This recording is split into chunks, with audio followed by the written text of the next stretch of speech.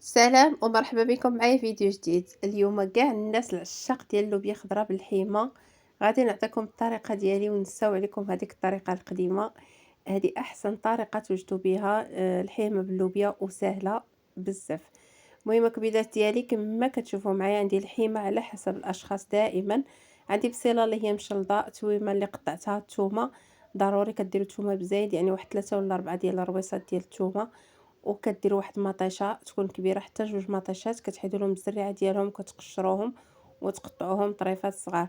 بالنسبه للعطريه شويه سكينجبير وشويه الخرقوم وشويه الابزار ومليحه فقط.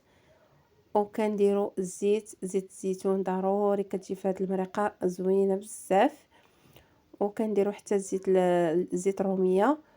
واهم حاجه كنحطوا هاد الكوكوط فوق البوطه اللي كتكون مهيله، وكنخليوها حتى كتعسل لينا ديك مطيشه مع البصيله.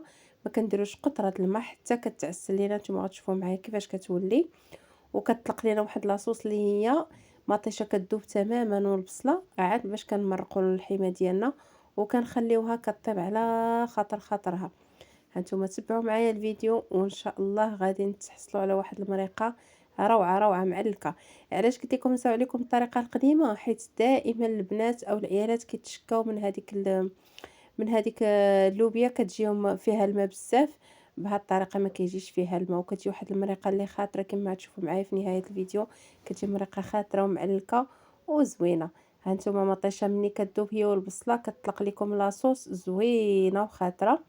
صافي كنخليوها هكا لمده ديال 10 دقائق فوق البوطه حتى كتذوب لينا مطيشه كما قلت لكم. وعاد كنمرقوا، ما كنمرقوش بالماء بزاف، يعني الماكسيموم نديروا واحد 2 كويسات ديال الماء. وغنسدوا على الكوكوط ونخليوها طيب على خاطرها. ومن بعد نحيدو غتشوفوا معايا جميع المراحل ديال المريقه كيفاش كتجي سهله بزاف. يعني البنات كيوحلوا فيها، قلت لكم كطلق ليهم الماء وكتجي هكا الماء ما كيبغيش تماسك لكم هذيك المرقه د اللوبيا. راه من الاول طلع لكم المريقه خاطره وزوينه. هانتوما الحيمه ديالي من بعد ما طابت عاود زدت 2 كيسان اخرين ديال الماء، يعني المجموع درت 4 الكيسان. عندي اللوبيا اللي منقياها ومقطعاها كما شفتوا معايا، واحد الحسيمه القزبور ما كنساوهاش. وكنحطوا اللوبيا ديالنا وكنسدوا الكوكوط، ما كنزيدوش الماء.